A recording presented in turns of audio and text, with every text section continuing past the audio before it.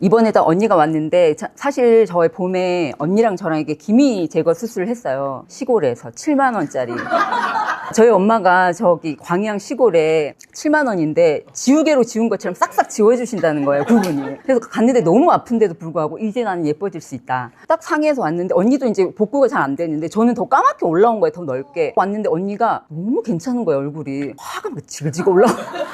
그래서 왜 너는 이렇게 됐냐고 언니가 나는 중간에 관리도 받고 뭐도 하고 했어 라는 얘기를 하는데 나는 왜 이미 망했다라는 생각만 했었지 이걸 어떻게 잘 해볼까라는 생각을 하나도 안 하고 있었던 거예요. 나는 왜 나를 돌보지 않았을까. 그러면서 제가 그 지금까지 대극을 계속 찾아가면서 자기 탐구를 했었는데 지금 성경 얘기해서 죄송한데 성경에 보면 아담과 하와가 선악과를 먹었을 때 딱 벗고 있으니까 부끄러워서 나무 뒤에 숨는데 하나님이 아담아 어디 있느냐라고 얘기를 했을 때 내가 벗은 것이 부끄러워 숨었나이다 라고 먼저 말씀을 하시거든요. 그 수치는 하나님이 주신 게 아니라 내가 잘못했다는 내 생각 때문에 내가 스스로 숨은 거였구나. 그리고 또 성경에 보면은 풍성한 포도밭에 그 포도밭을 다 망치는 하나의 작은 여우라는 표현이 나오거든요. 나에게 그 작은 여우, 이 대극을 끊임없이 만들어내고 이렇게까지 책임감 있어야 되고 이렇게까지 열심히 해야 되고 이렇게까지 인정을 받아야 된다라고 생각하는 나의 정말 핵심의 자아의 작은 여우는 무엇이었을까라고 생각을 딱 하고 자탐을 했는데 나는 사랑받기에 되게 흠이 있는 존재다라는 생각을 너무 제가 무의식에서 하고 있더라고요. 그러면서 깨닫고 책을 보니까 완전 또 다른 책인 거예요. 눈을 조금 더 뜨고 보니까. 그러면서 막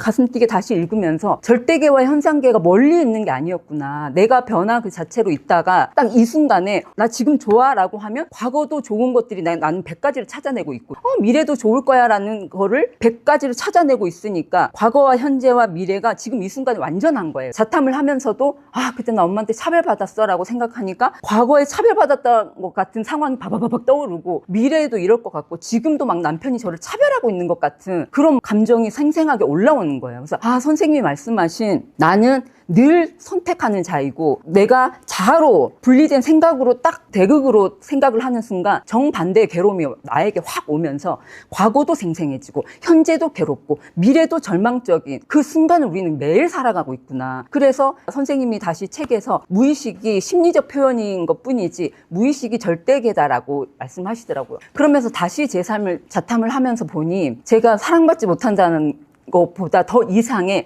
나 스스로 사랑받지 못한 흠이 있는 존재라고 제가 생각을 해버렸더라고요. 저희 자매가 1, 2, 3번, 2번에 모였거든요. 근데 딸이 4번까지 있는데 1, 2, 3이 모여가지고 자매 자탐을 앞서서 사전 이제 모임을 하면서 아빠에 대해서 어떻게 생각하냐고 얘기를 했는데 언니는 열심히 하는 아빠. 그래서 언니는 평생 열심히 했고 저는 그렇게까지 살아야 하는 삶이 너무 괴롭다. 그래서 저는 늘 괴롭게 살았나 봐요. 근데 저희 셋째 동생이 제일 편안하게 사는데 셋째 동생은 신기하게 힘든데도 불구하고 믿음직스러운 아빠, 멋있는 아빠를 딱 생각을 했더라고요. 이 생각 하나가 우리가 현실을 만들어 가는데 제가 괴로운 세상에 내가 흠이 있다고 생각하니까 남편이 뭘 하지 않아도 제가 눈치 보고 있고 제가 사랑받을 거라고 생각을 못 하고 있더라고요. 결국 제 얼굴, 외모, 다이어트 이런 것도 하는 척만 하지 실제로 열심히 하질 않는 거예요. 왜냐하면 내 무의식에는 이미 망했다, 이미 글렀다가 있었더라고요. 그게 정말 대극을 찾으면서도 거기까지 못 봤었는데 이번에 깊이 보면서 보니까 나는 죽은 자의 삶을 살고 있었구나. 그러니까 애들한테도 그 분노는 표현하는데 어떻게 해보면 잘 될 거야 라는 소망을 하나도 줄 수가 없는 거예요. 그러니까 제가 삶에 소망이 하나도 없는 상태였는데 제가 죽은 사람처럼 살았던 거를 몰랐더라고요. 그리고 이제 저희 큰애가 좋은 대학은 안 갔는데 좀 회복이 되면서 그 아이의 변화를 보면서 제가 이제 조금씩 깨어나니까 아이도 깨어나는데 그 아이가 이제 이 얘기를 딱 하더라고요. 이번에 이제 프로젝트를 하는데 이제 걔가 디자인을 하는데 공모전에 그냥 했는데 합격이 된 거예요. 그래서 장애인 보조 기기를 이제 개발하는 그 프로젝트에 갔는데 그 아이가 딱 그 얘기를 하는 거예요. 엄마, 지금의 청년들은 학습된 무기력이 있는 것 같아.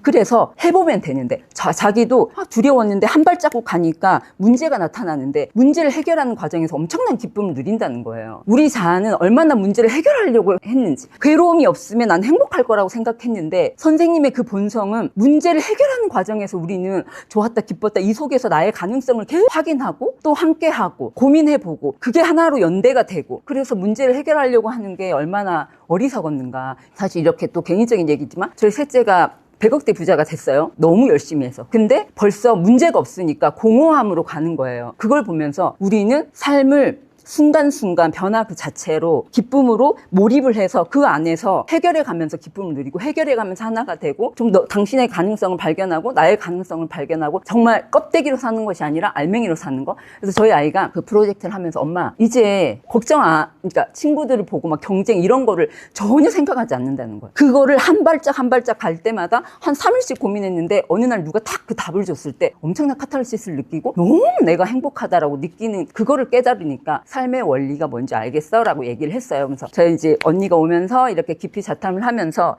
제 스스로 만든 수치 하나가 성경에서도 그 수치 하나가 나라를 망하게 하거든요. 근데 그 수치조차도 내가 만들어냈다는 거죠. 그래서 제가 나는 사랑받을 것 같은 흠이 있는 존재라는 생각이 남편을 끊임없이 불신하게 하는 거예요. 남편이 예쁘다고 해도 기분 좀 좋은가 보지? 술 좀 먹었나 보지? 이렇게 얘기하면서 제가 사랑을 받을 줄을 모르는 거예요. 내가 이미 포기해버렸어요. 그래서 다시 저희들이 또 자탐을 하지만 다시 원점으로 돌아가서 나에게 이렇게까지 책임지고 이렇게까지 의지를 내고 이렇게까지 정말 인정받기 위해서 애를 써야 하는 그 근본의 정말 핵심 같은 나 스스로 나의 수치라고 생각하는 그 결핍을 정말 더 우리가 찾는데 열심히 해야 되겠다라는 생각이 들었고 이제 자기 탐구하면서 되게 정말 너무 삶이 많이 변해가지고 저희 언니가 이 얘기 하지 말라고 했는데 업어드릴게요. 이 얘기 하지 말 너무 감사드리고 제가 죽었다가 다시 살아난 것처럼 다시 사는 삶을 살게 해주셔서 너무나 감사합니다.